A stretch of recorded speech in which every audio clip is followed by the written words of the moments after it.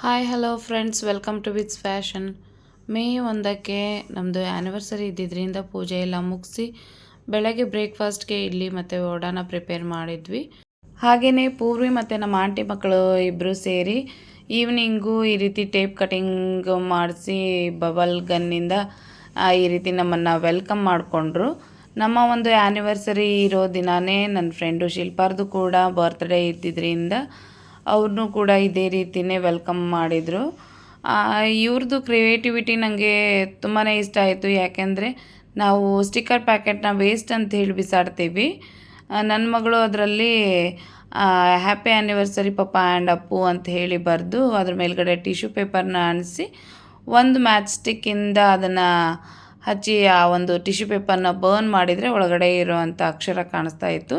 ಈ ಒಂದು ಕ್ರಿಯೇಟಿವಿಟಿನ ಅವಳು ರೆಡಿ ಮಾಡಿದ್ದನ್ನು ನೋಡಿ ನನಗೆ ಸಿಕ್ಕಾಪಟ್ಟೆ ಇಷ್ಟ ಆಗಿಬಿಡ್ತು.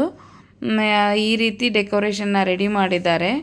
ಯಾರದ್ದು ಕೂಡ ಹೆಲ್ಪ್ನ ತೊಗೊಂಡಿಲ್ಲ, ಅವರೇ 3 ಜನನೂ ಸೇರಿಕೊಂಡು ಈ ರೀತಿ ಡೆಕೋರೇಷನ್ನ ಮಾಡಿದ್ದಾರೆ. ನಾನು ಅವ್ರ ಪಪ್ಪಾಗೆ ಮತ್ತು ಅವಳ ಬರ್ತ್ಡೇಗೆ ಸರ್ಪ್ರೈಸಿಂಗಾಗಿ ಡೆಕೋರೇಷನ್ನ ಮಾಡ್ತಾಯಿದ್ದೆ.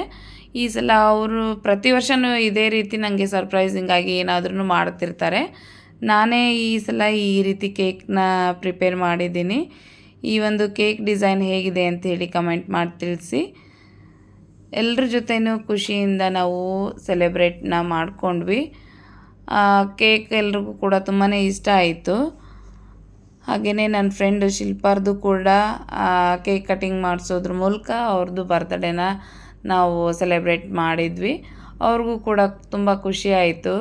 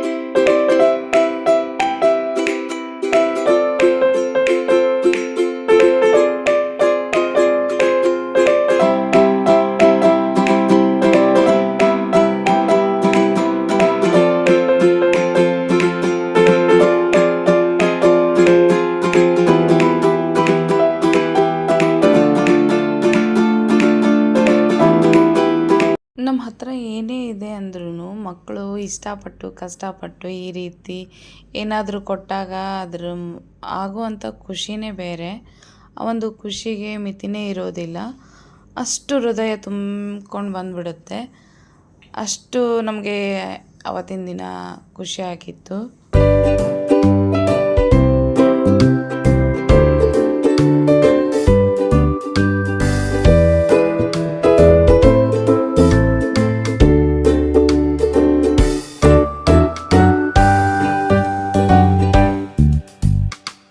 ಹೀಗಿತ್ತು ಇವತ್ತಿನ ಒಂದು ವಿಡಿಯೋ. ಖುಷಿಯಾಗಿರಿ, ಹ್ಯಾಪಿಯಾಗಿರಿ ಅಂತ ಹೇಳ್ತಾ ಇವತ್ತಿನ ಒಂದು ವಿಡಿಯೋನ ಎಂಡ್ ಮಾಡ್ತಾ ಇದ್ದೀನಿ. ಅಂಟಿಲ್ ದೆನ್ ಟೇಕ್ ಕೇರ್, ಬಾಯ್.